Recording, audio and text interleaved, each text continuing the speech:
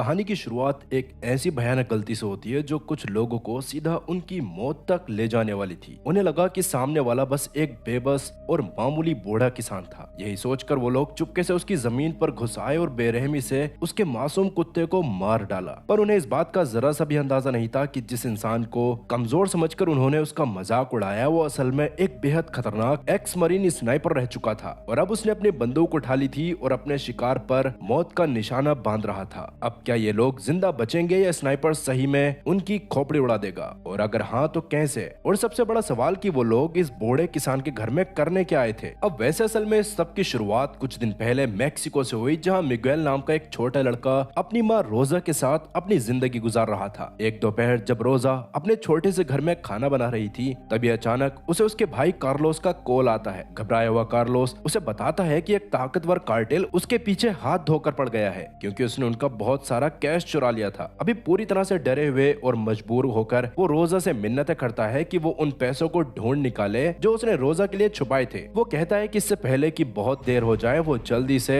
Mexico छोड़कर चली जाए। हालांकि कॉल कटने के कुछ ही देर बाद कार्टेल वाले कार्लोस को धर दबोचते हैं। उनका बेरहम लीडर मोरिशियो कार्लोस का फोन चेक करता है और रिसेंट कॉन्टेक्ट्स में से रोजा का नाम देख लेता है। उसके लिए ये समझने के लिए बस इतना ही काफी था कि रोजा कुछ न कुछ जरूर जानती थी, इसलिए अब बिना किसी रहम या हिचकिचाहट के वो लोग वहीं पर कार्लोस को मौत के घाट उतार देते हैं। दूसरी तरफ बॉर्डर के उस पार एरिजोना में जिम नाम का एक retired marine US Mexico border के पास अपनी सूखी जमीन पर काम करते हुए दिन बिता रहा था। वो अपनी प्रॉपर्टी पर पूरी चौकन्नी नजर रखता था और जब भी किसी को बॉर्डर पार करते हुए देखता तो तुरंत बॉर्डर पेट्रोल को अलर्ट कर दिया करता था। एक दिन अपने जानवरों की देखभाल करते वक्त जिम की नजर डेजर्ट में चुपके से घुसने वाले लोगों के एक छोटे से ग्रुप पर पड़ती है, जिसकी रिपोर्ट वो तुरंत आगे दे देता है। अपने अंदर की क्यूरियोसिटी के चलते वो दूर से उनका पीछा करता है। वहाँ खुलासा होता है कि उन्होंने एक आदमी को पीछे छोड़ दिया था जिसकी टांग बुरी तरह से जख्मी थी। बाकी लोग उसे उठाकर नहीं ले जा सकते थे, इसलिए उन्होंने उसे उसके हाल पर मरने के लिए छोड़ दिया था। जिम अपने रेडियो पर उस आदमी की लोकेशन बॉर्डर पेट्रोल को भेज देता है और चुपचाप अपने घर वापस लौट आता है। वो रेडियो पर कहता है कि हैंडसम बोल रहा हूँ, एक मेडिक को भेज दो, एक बंदा पीछे छूटा हुआ मिला है, ओवर। अपने रेंच पर वापस आने के बाद जिम की परेशानियां और बढ़ने लगती हैं। बैंक का एक एजेंट आकर उसे याद दिलाता है कि उसके कर्जे के पेमेंट अभी भी बाकी था क्योंकि उसने पिछले 6 महीने से एक भी किश्त नहीं दी थी। बैंकर उसे चेतावनी देता है कि उसकी जमीन जल्द ही नीलाम कर दी जाएगी। असल में अपनी वाइफ की लंबी बीमारी के इलाज में जिम ने अपनी सारी जमा पूंजी गंवा दी थी और वो कर्जे में बुरी तरह डूब चुका था। अब बैंक वाले उसको धमकी देते हैं कि अगर वो पैसे नहीं लाया तो वो उसका घर जब्त कर लेंगे। जिम उनसे थोड़ा और वक्त मांगते हुए समझाता है कि उसे बस वापस अपने पैरों पर खड़ा होने का एक मौका चाहिए। आखिर में बैंक वाले उसे बताता है कि उसके पास पैसे का इंतजाम करने के लिए सिर्फ 90 दिन का वक्त था, वरना वो आकर उसका घर छीन लेंगे। जिम कोशिश करते हुए कहता है कि मैं कोई भगोड़ा नहीं हूँ, मुझे चीजें ठीक करने और वापस ट्रैक पर आने के लिए बस थोड़े से वक्त की जरूरत है। कुछ वक्त बाद जिम अपने लिए काम ढूंढने निकल गया, लेकिन एम्प्लॉयमेंट ऑफिस के आदमी ने उसे साफ कह दिया कि उसकी उम्र के हिसाब से वहाँ कोई काम नहीं है। फिर भी वो उससे वादा करता है कि शायद अगले महीने वो उसके लायक कोई और काम ढूंढ देगा। हार ना मानते हुए जिम अपनी बची कुची गायों को बेचने की उम्मीद में एक लोकल कैटल बायर के पास अपनी गाड़ी चलाते हुए पहुंचता है, पर वहां जो कीमत उसे मिलती है वो बहुत ही कम थी, जिससे उसके कर्जे का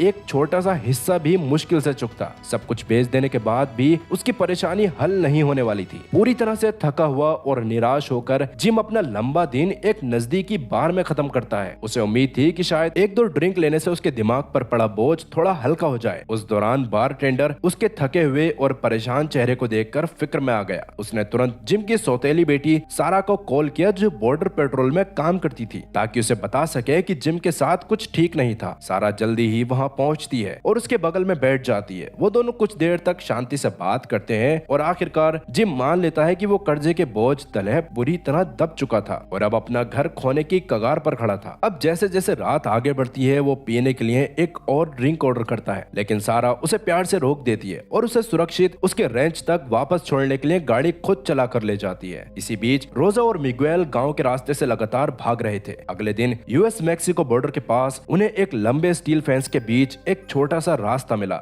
जैसे ही कार्टेल उनके बिल्कुल करीब आने लगा वो उस रास्ते से चुपके से निकलने की कोशिश करने लगे, जबकि जिम इत्तेफाक से वहीं पास में था और तभी उसकी नजर उस फेंस के बीच से गुजरते हुए माँ बेटे पर पड़ गई। पूरी तरह से डरी हुई और घबराई हुई रोजा उसके आगे हाथ जोड़कर तोड़कर मिन्नतें करने लगी कि वो उनकी रिपोर्ट ना करे। जिम थोड़ा कंफ्यूज था, पर चौकन्ना रहते हुए उसने रोजा को बॉर्डर पेट्रोल से मदद मांगने को कहा और उनकी लोकेशन बताने के लिए अपने फोन से कॉल मिलाने लगा। पर तभी मॉरिशियो की लीड में कई हथियारबंद गुंडे वहां आकर खड़े हो गए और जिम को धमकाते हुए उन दोनों को हवाले करने की मांग करने लगे। खतरे को भांपते हुए जिम ने तुरंत उन दोनों की जान बचाने का फैसला कर लिया। देखते ही देखते वहां अंधाधुंध गोलियां चलने लगी और जिम बड़ी फुर्ती से अपना निशाना लगाते हुए उन हमलावरों में से एक को गोली मारकर गिरा देता है। फिर वो रोजो और मिगुएल को अपने ट्रक में बिठाकर वहां से तेजी से निकल गया, जबकि मॉरिशियो और उसके आदमी डेजर्ट में उनका पीछा करने लगे। इस खतरनाक चेस के दौरान मॉरिशियो किसी तरह जिम के ट्रक पर चढ़ने में कामयाब हो गया, लेकिन इससे पहले कि वो ट्रक को कंट्रोल कर पाता, जिम ने पूरी ताकत लगाकर उसे नीचे धकेल दिया। जब मॉरिशियो को इस बात का पता चला कि जिम ने जिस आदमी को गोली मारी थी वो कोई और नहीं बल्कि उसका सगा भाई था, तो उसका गुस्सा 7वें आसमान पर पहुंच गया। अब ये मिशन सिर्फ चुराए हुए पैसे वापस पाने का नहीं रह गया था, बल्कि दुश्मनी अब बिल्कुल पर्सनल बन चुकी थी। अब मॉरिशियो का मकसद सिर्फ मिगुएल को ढूंढना नहीं था, बल्कि अपने भाई की मौत का बेरहम बदला लेना भी था। वहां से भागते वक्त जिम ने ध्यान दिया कि फायरिंग के दौरान एक गोली रोजा को लग चुकी थी। वो पूरी तरह से जख्मी थी, उसकी सांसें उखड़ रही थी और आवाज पूरी तरह से कमजोर पड़ चुकी थी। अपनी बची कुची आखिरी ताकत को इकट्ठा करते हुए वो जिम को एक मुड़ी हुई छोटी सी पर्ची और शिकागो का एड्रेस थमा देती है और बताती है कि ये एड्रेस उसके रिश्तेदारों का था। वो जिम के आगे रोते हुए मिन्नत करती है कि वो मिगेल को वहां तक पहुंचा दे। साथ ही वो उसे चेतावनी भी देती है कि अगर कार्टेल ने उस बच्चे को ढूंढ लिया तो वो लोग उसे जान से मार डालेंगे। इतना बोलकर बस कुछ ही पलों बाद उसने हमेशा के लिए अपनी आंखें बंद कर ली। इसके कुछ वक्त बाद पुलिस और पैरामेडिक्स की टीम घटना वाली जगह पर पहुंच गई। सारा, जिसे पूरी घटना के बारे में पता चल चुका था, उसने जिम को बताया कि मिगुएल आज रात स्टेशन में ही रुकेगा और अगले दिन उसे फोस्टर केयर भेज दिया जाएगा। अगली सुबह बॉर्डर चेक पॉइंट के पास खड़े अपने ट्रक में जिम की आंख खुलती है, जहां उसका कुत्ता जैक्सन उसके बगल में सोया हुआ था। तभी उसकी नजर वहां पास खड़ी एक जानी पहचानी गाड़ी पर पड़ती है। ये वही गाड़ी थी जिसका इस्तेमाल कार्टेल वालों ने पिछले दिन उसका पीछा करने में किया था। अपने ट्रक के अंदर जिम को एक बैग मिलता है जो रोजा अपने पीछे छोड़ गई थी, और जब उसने उसे खोलकर देखा तो वो पैसों से खचाखच भरा हुआ था। जैसे ही वो उस खून से सने हुए कपड़े को देखता है तो रोजा की आखिरी सांसें और उसकी मौत के दर्दनाक पल उसके दिमाग में तेजी से घूमने लगते हैं। अब वो पैसा उसके लिए अपनी परेशानियों से बचने का रास्ता नहीं रह गया था, बल्कि ये रोजा की आखिरी ख्वाहिश और एक ऐसी जिम्मेदारी बन चुका था जिसे वो किसी भी कीमत पर अनदेखा नहीं कर सकता था। रोजा की आखिरी मिन्नत को याद करते हुए वो बड़बड़ाने लगता है और अपने ट्रक के इंजन स्टार्ट करके मिगुएल को वापस ढूंढने के लिए निकल पड़ता है। जिम जल्दबाजी में मिगुएल का हाल चाल लेने के लिए बॉर्डर स्टेशन पहुंचा।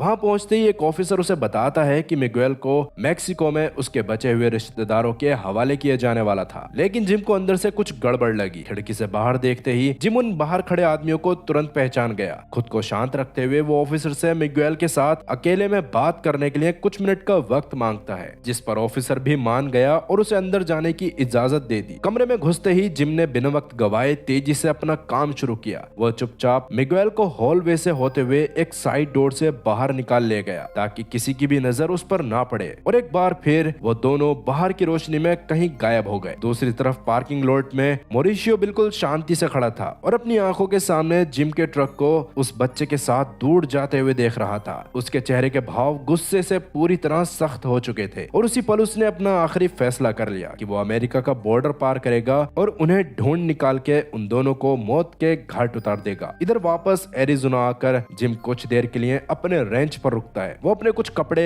हथियार और बचे हुए थोड़े बहुत पैसे इकट्ठा करता है और निकलने की तैयारी करने लगता है, लेकिन जब वो अपनी गाड़ी के पास वापस लौटा तो उसे पता चला कि मिगुएल वहां से भाग चुका था। इसी बीच मॉरिशियो और उसके आदमी गैर कानूनी तरीके से बॉर्डर पार करना शुरू कर देते हैं। उन्हें देखने वाला बॉर्डर ऑफिसर थोड़ा हिचकिचाता है क्योंकि वो तुरंत पहचान गया था कि ये लोग खतरनाक कार्टेल के गुंडे थे। अपनी जान के डर से वो ऑफिसर बिना किसी विरोध के उन्हें आगे जाने देता है। हालांकि जिम को मिगुएल रेंच से थोड़ी दूर मिल गया। वो उसे सख्त चेतावनी देता है कि अगर उन आदमियों ने उसे पकड़ लिया तो वो लोग उसे बेरहमी से मार डालेंगे। ये बात मिगुएल के समझ आ गई और फिर वो दोनों एक साथ शिकागो की तरफ निकल पड़ते हैं। गाड़ी चलाते वक्त जिम मिगुएल को बताता है कि वो उसे शिकागो ले जा रहा है, पर वो लड़का बिल्कुल शांत बैठा रहा। जिम को लगा कि शायद मिगुएल को उसकी भाषा समझ नहीं आती, पर तभी अमेरिका में घुसने के बाद मॉरिशियो सीधा जिम के रेंच पर गाड़ी चलाते हुए पहुंच गया। वो घर का दरवाजा तोड़कर अंदर घुसता है और तब तक हर एक कमरे की तलाशी लेता है जब तक कि उसे कुछ क्रेडिट कार्ड की रसीदें और एक पुराना मरीन कॉर्प्स का बैज नहीं मिल जाता। था। इस चीज के मिलते ही उसके सामने सब कुछ खुल गया। जिम कोई आम इंसान नहीं बल्कि एक ट्रेंड मरीन था जो अब उसे एक और भी ज्यादा खतरनाक दुश्मन बनाता था। मॉरिशियो उस बैच को अपनी जेब में रखता है और अपने आदमियों को घर जलाने का हुक्म दे देता है। इसके कुछ ही पलों बाद वो पूरी प्रॉपर्टी आग की लपटों में जलकर राख हो गई। वहीं रास्ते में जिम गाड़ी में तेल भरवाने के लिए एक गैस स्टेशन पर रुकता है और शिकागो का रास्ता ढूंढने के लिए एक पेपर मैप खरीदता है। दूसरी तरफ उन क्रेडिट कार्ड की रसीदों का इस्तेमाल करते हुए मॉरिशियो उन कार्टेल मेंबर से कांटेक्ट करना शुरू करता है जो पहले से ही अमेरिका के अंदर काम कर रहे थे। कुछ वक्त बाद जिम सारा को कॉल करता है जहां उसे पता चलता है कि कार्टेल वालों ने उसका पूरा रेंच तबाह कर दिया था। गुस्से में आकर जिम गाड़ी में जोर जोर से बहस करने लगा। तभी अचानक मिगुएल धीमी आवाज में इंग्लिश में जवाब देता है। इससे जिम पूरी तरह से हैरान रह गया क्योंकि उसे अब समझ आ गया था कि वो लड़का शुरू से उसकी हर बात समझ रहा था। मिगुएल गुस्से में मानता है कि वो उनके साथ वहाँ नहीं रहना चाहता। तब जिम उसे समझाता है कि वो वही कर रहा है जो उसके लिए सबसे सही है और बताता है कि वो लोग उसके परिवार के पास शिकागो जा रहे हैं। हालांकि गैस स्टेशन पर जिम ने जो क्रेडिट कार्ड से पेमेंट की थी उससे उसकी लोकेशन का खुलासा हो गया। कुछ ही मिनटों में मॉरिशियो को इसका अलर्ट मिल जाता है और वो अपने आदमियों के साथ तेजी से वहां पहुंचता है। वहां पहुंचकर मॉरिशियो बड़े आराम से अंदर जाता है और कैशियर से जिम के बारे में सवाल जवाब करने लगता है। जब वो औरत उसकी मदद करने से मना कर देती है और कहती है कि वो कुछ नहीं जानती तो बिना किसी हिचकिचाहट के मॉरिशियो अपनी बंदूक निकालता है और वहां से निकलने से पहले उस औरत को गोली मार देता है। फिर गैस स्टेशन की सिक्योरिटी फुटेज देखने के बाद मॉरिशियो को पता चला कि जिम ईस्ट की तरफ जा रहा था। दूसरी तरफ कुछ दूर जाने के बाद जिम का ट्रक खराब हो गया और वो उसे एक नजदीकी गैरेज में ले गया, पर मैकेनिक माफी मांगते हुए कहता है कि उनकी दुकान आज के लिए बंद हो चुकी है। अब उनके पास जाने के लिए और कोई जगह नहीं थी, इसलिए जिम मिगुएल को पास के ही एक छोटे से डाइनर में ले जाता है और वहाँ पहली बार वो दोनों खुलकर एक दूसरे से बात करते हैं। तब वो दोनों ठीक से अपना इंट्रोडक्शन देते हैं और जिम उससे पूछता है कि आखिर वो लोग उसके पीछे क्यों पड़े थे। मिगुएल दुख भरी आवाज में बताता है कि उसके मामा ने कार्टेल वालों के साथ कोई बहुत बड़ा लफड़ा कर दिया था और अब उन्हीं की वजह से उनका शिकार किया जा रहा था। और जब जिम उसके पिता के बारे में पूछता है तो मिगुएल धीरे से जवाब देता है कि उसके पैदा होने से पहले ही उनकी मौत हो चुकी थी। ये जानकर जिम को काफी बुरा लगा और उस रात वो दोनों मजबूरी में जिम के ट्रक के अंदर ही सो गए। अगली सुबह जब जिम की आंख खुली तब उसने देखा कि मिगुएल और जैक्सन दोनों गायब थे। एक पल के लिए उसके अंदर डर बैठ गया, पर तभी वो उन दोनों को वापस आते हुए देखता है। मिगुएल पास की दुकान से उनके लिए खाने का कुछ सामान खरीद लाया था। राहत की सांस लेते हुए जिम अपना ट्रक ठीक करवाता है और वो अपना सफर आगे बढ़ाते हैं। अब क्योंकि जिम ने कार रिपेयर के लिए अपना कार्ड यूज किया था तो मॉरिशियो और उसके गुंडों को एक बार फिर उसकी करंट लोकेशन का अलर्ट मिल गया। वो लोग तुरंत उसी दिशा में निकल पड़े जिधर जिम था। इधर रास्ते में जिम और मिगुएल एक दूसरे के थोड़ा और करीब आने लगते हैं। जिम अपने बचपन के उस सफर के बारे में बताता है जब वो शिकागो गया था, लेकिन उनका ये शांति भरा पल तब टूट जाता है जब उनके पीछे एक पुलिस की गाड़ी अपनी लाइट्स चमकाते हुए आती है और उन्हें गाड़ी साइड में लगाने का इशारा करती है। पुलिस ऑफिसर उनके पास आकर जिम से उसकी आईडी मांगता है। जिम बिल्कुल शांत रहते हुए उसे बताता है कि उसके पास एक लीगली रजिस्टर्ड बंदूक है और वो इसको साबित करने के लिए पेपर्स भी दिखा सकता था। हालांकि ऑफिसर का रवैया थोड़ा शक भरा लग रहा था। वो उसकी बंदूक अपने कब्जे में ले लेता है और कहता है कि उसे गाड़ी में बैठे उस बच्चे से भी कुछ सवाल जवाब करने हैं। तब जिम अंदर से थोड़ा परेशान जरूर था, लेकिन फिर भी वो उसकी बात मान लेता है और ऑफिसर के पीछे पीछे उसकी पेट्रोल कार की तरफ जाने लगता है। तब अंदर बैठने के बाद जिम नोटिस करता है कि वो ऑफिसर धीमी आवाज में अपने फोन पर किसी से बात कर रहा था ताकि उसकी आवाज बाहर न जाए। इस पॉइंट पर ये पूरी तरह साफ हो गया था कि ये कोई आम ट्रैफिक स्टॉप नहीं था। जिम तुरंत समझ जाता है कि वो आदमी जानबूझकर वक्त बर्बाद कर रहा था और शायद कार्टेल वालों को उसकी लोकेशन भेज रहा था। वो सीधे उस ऑफिसर से पूछता है कि उसने अपनी वर्दी से गद्दारी करने के कितने पैसे लिए हैं। ये सुनकर जैसे ही ऑफिसर गुस्से में अपनी बंदूक निकालता है,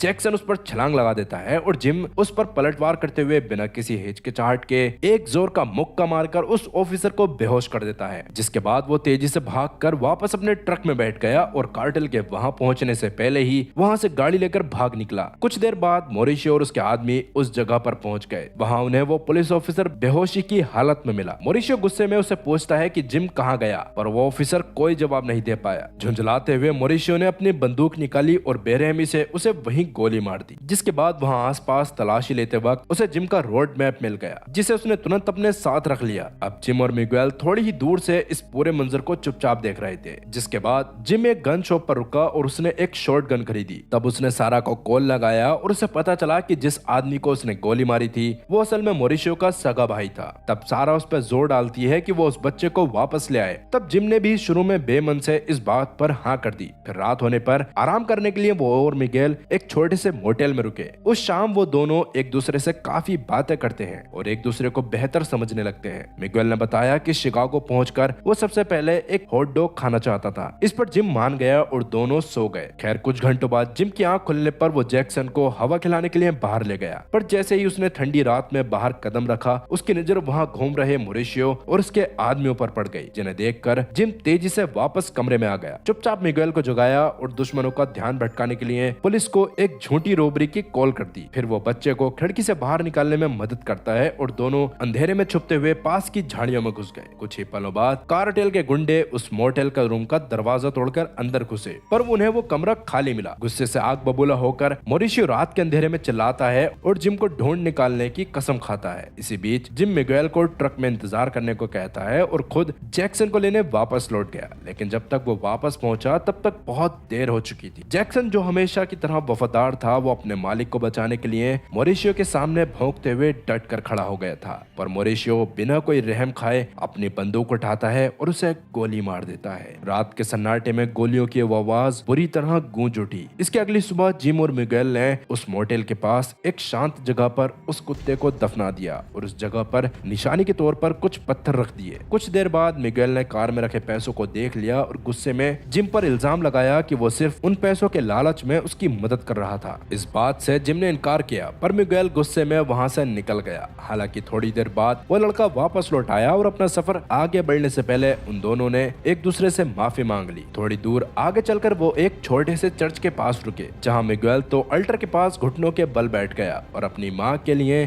धीमी आवाज में प्रार्थना करने लगा, जबकि जिम उसके पीछे शांति से खड़ा था। जब प्राइस्ट वहां आकर प्यार से पूछता है कि क्या मिगेल उसका पोता है, तो जिम नरमी से इनकार करते हुए बताता है कि उसने बच्चे की माँ से वादा किया था कि वो उसे महफूज रखेगा। आगे बाद में जिम ने सारा को कॉल करके सारी हालत बताई। सारा उसके आगे हाथ जोड़ती है कि वो मिगेल को पुलिस के हवाले कर दे, क्योंकि अब हालात हाथ से बाहर निकल रहे थे। पर बदकिस्मती से जिम ने साफ मना कर दिया। उसने रोजा से वादा किया था, वो हर हाल में उसे निभाना चाहता था, चाहे इसकी कीमत कुछ भी क्यों न चुकानी पड़े। उसने सारा को समझाया कि वो बच्चे को सुरक्षित उसके रिश्तेदारों तक पहुंचाने के लिए शिकागो जा रहा है। जैसे जैसे जिम और मिगेल शिकागो की तरफ बढ़ रहे थे, मोरिशियो और उसके आदमी उनकी लोकेशन का पता लगाने के लिए हर एक छोटी बड़ी चीज छान मार रहे थे और आखिरकार उन्हें जिम का जो मैप मिला था, उस मैप पर शिकागो के आसपास एक लाल घेरा बना हुआ था, जिससे उनकी मंजिल का बड़ा खुलासा हो गया। मोरिशियो ने तुरंत शहर में पहले से मौजूद कार्टेल मेंबर से कांटेक्ट किया और उन्हें हुक्म दिया कि जैसे ही जिम और वो बच्चा वहां पहुंचे, वो लोग पूरी तरह हमले के लिए तैयार रहे। खैर कुछ वक्त बाद मिगेल ने जिम को अपनी राइफल के साथ निशाना लगाने की प्रैक्टिस करते हुए देखा। अपनी क्यूरियोसिटी के चलते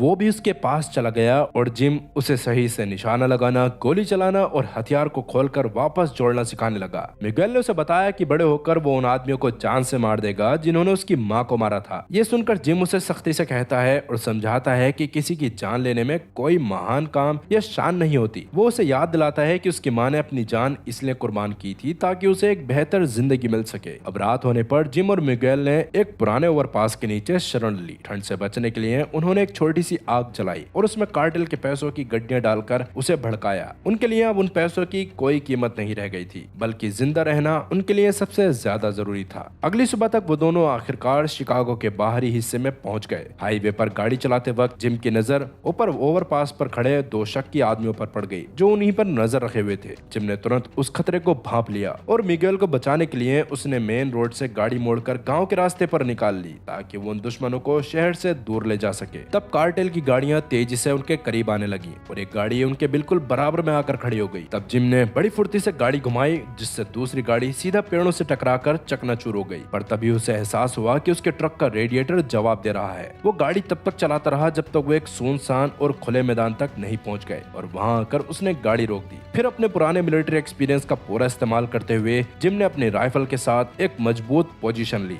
अपनी सांसें रोकी और मौत का निशाना लगाते हुए गोली चला दी। उसकी गोली सीधा मोरिशियो की कार चला रहे आदमी को लगी, जिससे गाड़ी हवा में उछलकर बुरी तरह पलटते हुए बर्बाद हो गई। उस टूटे हुए मलबे में सिर्फ मोरिशियो और उसके दो आदमी रेंगते हुए बाहर निकल पाए और उनमें से एक आदमी ने तुरंत जिम की दिशा में अंधाधुंध फायरिंग शुरू कर दी। जिम ने तुरंत मिगेल को पकड़ा और उसे खींचते हुए वहां पास के एक सुनसान फार्म हाउस की तरफ भागने लगा। वह दोनों चुपके से एक धूल भरे पुराने शेड के अंदर घुस गए, जहां जिम ने एक टूटी हुई खिड़की के पास अपनी पोजीशन ले ली। उसने मिगुएल को पहले ही समझा दिया था कि अगर उसे कुछ भी होता है तो वो वहां से निकलकर जितनी दूर और जितनी तेज भाग सकता था भाग जाए। फिलहाल अब जिम की नजर उनकी तरफ आते हुए कार्टेल के एक आदमी पर पड़ी। उसने एक बार फिर अपनी राइफल पर अपनी पकड़ मजबूत की, निशाना बांधा और ट्रिगर दबाते ही उस आदमी को वहीं ढेर कर दिया। और अब सिर्फ 2 दुश्मन बाकी बचे थे। बड़ी फुर्ती से काम लेते हुए जिम ने मिगुएल को अंदर ही रुकने और हवा में गोली चलाने को कहा, ताकि दुश्मनों का ध्यान भटकाया जा सके। फिर जैसे ही मैदान में गोली चलने की आवाज गूंजी, जिम चुपचाप उस बिल्डिंग के दूसरे हिस्से की तरफ निकल गया। ये तरीका पूरी तरह काम कर गया और जैसे ही दूसरा आदमी खुले में बाहर निकला, जिम ने अपनी राइफल से एक सटीक निशाना लगाया और उसे वहीं मौत के घाट उतार दिया। और अब आखिरी दुश्मन उनका लीडर मोरिशियो ही बचा था। कुछ ही पलों बाद मोरिशियो दरवाजा तोड़कर उस शेड के अंदर घुस आया और उसने मिगुएल को दबोचकर उसके सर पर बंदूक रख दी। उसने जिम को अपने हथियार डाल देने का हुक्म दिया, जिस पर मोरिशियो पर अपनी निगाहें गाड़े हुए जिम ने धीरे धीरे अपनी बंदूक नीचे रख दी। तभी मोरिशियो ने वो बंदूक मिगुएल के कांपते हुए हाथों में थमा दी और उसे ट्रिगर दबाने पर मजबूर करने लगा। वो चिल्लाकर कहता है कि आज वो उन्हीं की तरह एक सिपाही बनेगा और अपने पहले शिकार की जान लेगा। लेकिन मिगुएल को याद था कि जिम ने उसे बंदूक खोलना कैसे सिखाया था। उसने बड़ी चालाकी से बिना मोरिशियो की नजर में आए बंदूक की गोलियां बाहर निकाल दी। जैसे ही उसने ट्रिगर दबाया, बंदूक से सिर्फ एक खाली क्लिक की आवाज आई। ये समझते ही कि क्या हुआ था, मोरिशियो ने जल्दी से बंदूक को वापस जोड़ने की कोशिश की, लेकिन उस एक पल की चूक ने जिम को हमला करने का पूरा मौका दे दिया। जिम तेजी से आगे झपटा और उसने मोरिशियो पे हमला कर दिया। वो दोनों एक दूसरे पर जानलेवा हमला करने लगे, मुक्के बरसाते हुए और फर्श पर बुरी तरह से गुत्थम गुत्था होते हुए आपस में भिड़ गए। इस भयंकर लड़ाई के बीच मिगुएल ने बंदूक उठा ली और मोरिशियो पर निशाना तान दिया। तब मोरिशियो ने अपनी जान की कोई भीख नहीं मांगी, बल्कि उसने बच्चे को गोली चलाने के लिए उकसाना शुरू कर दिया। जिम ने देखा कि मिगुएल की आंखों में गुस्सा और दर्द बुरी तरह भर चुका था। वो तुरंत आगे आया और उसने मिगुएल को समझाया कि वो इस आदमी की बातों में ना आए और उसे जिंदगी भर किसी की मौत का बोझ अपने दिमाग पर रखने की जरूरत नहीं थी। जिम ने उस बच्चे के हाथ से बंदूक ले ली और एक गोली चला दी, जो सीधा मोरिशियो के पेट में जा लगी। उसके बाद उसने मिगुएल को बाहर जाने का इशारा किया,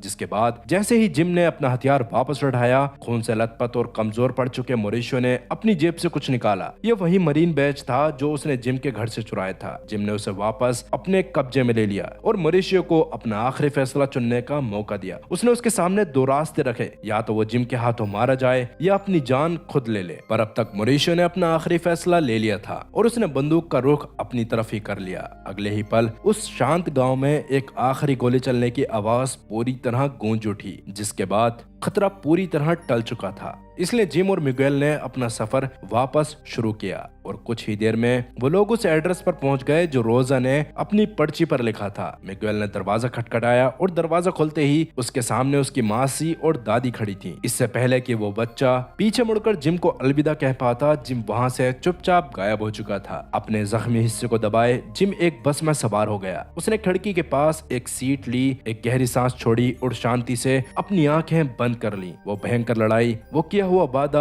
और पीछे छूटा हुआ वो लंबा सफर अब धीरे धीरे धुंधला पड़ने लगा था। जैसे ही बस आगे बढ़ी, जिम उस शांति के साथ वहां से निकल गया। उसका आखिरी मिशन अब पूरी तरह कामयाब हो चुका था।